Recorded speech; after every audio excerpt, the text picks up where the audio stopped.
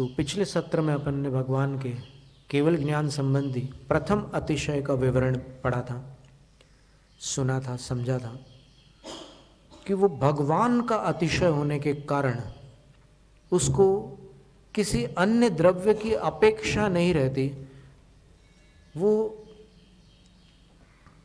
उस भगवान का निजी प्रकाश रहता है कि 100 योजन तक सुभिक्ष होना ही होना है। वो जहां भी जाएंगे, कोई भी केवली भगवान। अब आपको ये जानकर के भी बड़ा आश्चर्य होगा कि केवली भगवान के आकार प्रकार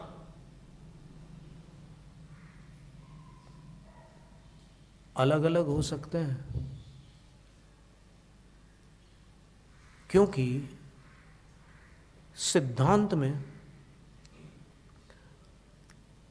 तीर्थंकर की बात अलग है। क्योंकि तीर्थंकर के बारे में अपन ने पढ़ा था जन्मातिशयों में कि उनका जो आकार होता है वो समचतुरस्र संस्थान होता है, और संगनन जो होता है अस्थिबंधन वज्र वृषभ नाराज संगनन होता है। तो जितने भी केवली होंगे वो वज्र वृषभ नाराज संगनन वाले ही होंगे। यहां कोई विकल्प नहीं है, कोई दो भेद नहीं है। लेकिन संस्थान अगर देखो तो जैसे तीर्थंकर का समचतुरस्र संस्थान है, सारे केवलियों का समचतुरस्र संस्थान नहीं होता। क्या आपने कभी पहले सुना ये कि कोई केवली कुबड़े भी हो सकते हैं, कुब्जक संस्थान वाले? कोई केवली वामन संस्थान वाले भी हो सकते हैं, कोई केवली स्वाति संस्थान वाले भी हो सकते हैं, कोई केवली न्यग्रोध परिमंडल संस्थान वाले भी हो सकते हैं, और कोई केवली हुंडक संस्थान वाले भी हो सकते हैं। लेकिन सबका संगनन वज्र वृषभ नाराज ही होगा। तो एकदम आकार प्रकार में बेडौल आकृति है उनकी। तो ऐसे देखने वाला सोचेगा कि अरे ये कौन है? ये जरूरी नहीं है कि जो स्वरूप है उसी के पास अनंत चतुष्टय हो। कुरूप के पास भी हो सकता है अनंत चतुष्टय। ये सिद्धांत का कथन है। 13वें गुणस्थान तक ये सारे संस्थान हो सकते हैं।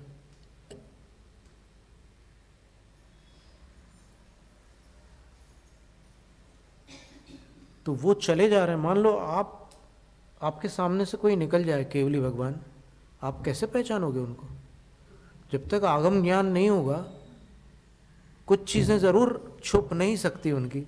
100 योजन तक सुभिक्ष तो वो भी कर डालेंगे, हुंडक संस्थान वाले केवली भगवान भी, वो भी 100 योजन तक सुभिक्ष कर देंगे। लेकिन एक खास बात है अभी जो यहाँ पर आने वाली है कि अच्छायत्वम अपक्ष्म स्पंदश्च, अभी इसमें लिखा हुआ है।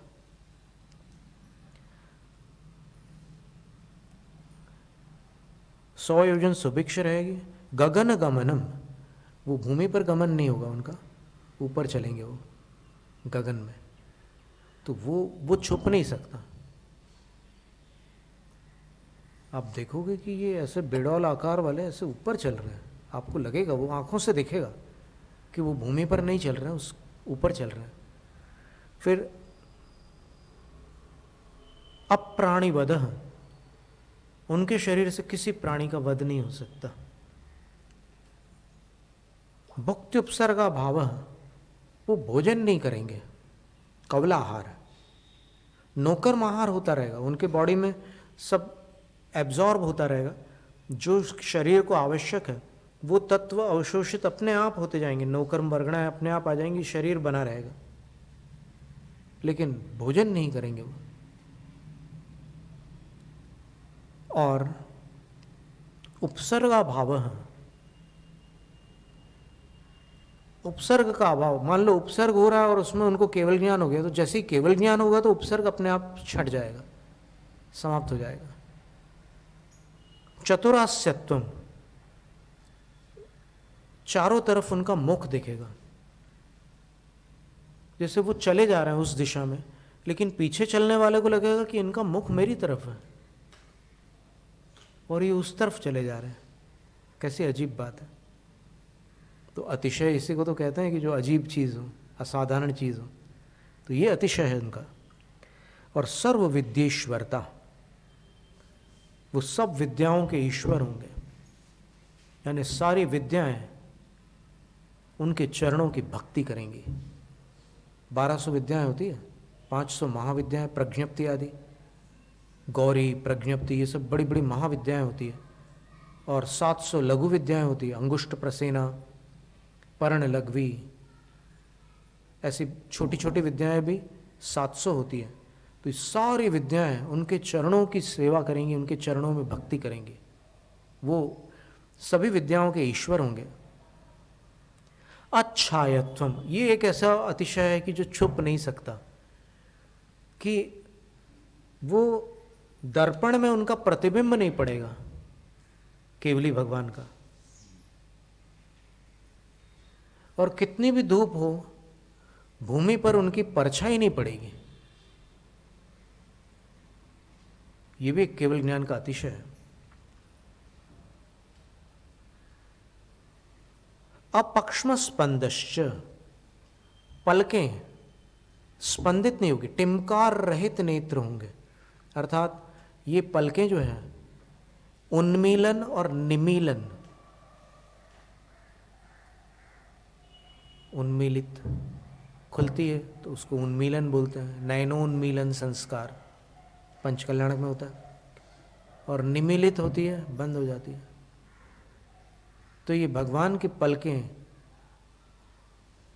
न खुलती है न बंद रहती है, वो एक सौम्य स्थिति में बनी रहती है। लेकिन वो परछाई वाला जो अतिशय है वो तो दूर से ही समझ में आ जाता है। ये आंखें तो आपको आंखों में देखने से पता चलेगा कि ऐसा हो रहा है, लेकिन वो वैसे ही पता चल जाएगा। और समप्रसिद्ध नख केशत्वम, नख और केश जितने केवल ज्ञान के काल में थे, केवल ज्ञान जब उत्पन्न हुआ ना, उस समय उनके जितने नाखून थे और जितने केश थे, वो उतने के उतने ही रहेंगे मोक्ष तक, वो बढ़ेंगे नहीं। ये केवल ज्ञान का अतिशय, इसका अर्थ ये है कि 12वें गुणस्थान तक नख और केश में वृद्धि होती है। और जैसे 13वां गुणस्थान होता है, केवली भगवान का गुणस्थान 13वां गुणस्थान है, वो जैसे ही होता है तो फिर नख केश की वृद्धि समाप्त हो जाती है। तो ऐसे ये 10 अतिशय घातिक क्षयजा, घाती कर्म के क्षय से जनित है। और ये 7 केवलियों में होते हैं। कौन से 7? बोलो, अब तो बहुत बार सुना आपने। तीर्थंकर केवली, सामान्य केवली, मूक केवली, उपसर्ग केवली, अंतकृत केवली, समुद्घात केवली और अनुबद्ध केवली, सभी में ये 10 अतिशय होते हैं। तो अभी 10 अतिशय जन्म के तीर्थंकर के थे, सबके नहीं थे। लेकिन केवल ज्ञान के अतिशय जिन जिन को केवल ज्ञान होगा उनमें सब में होंगे।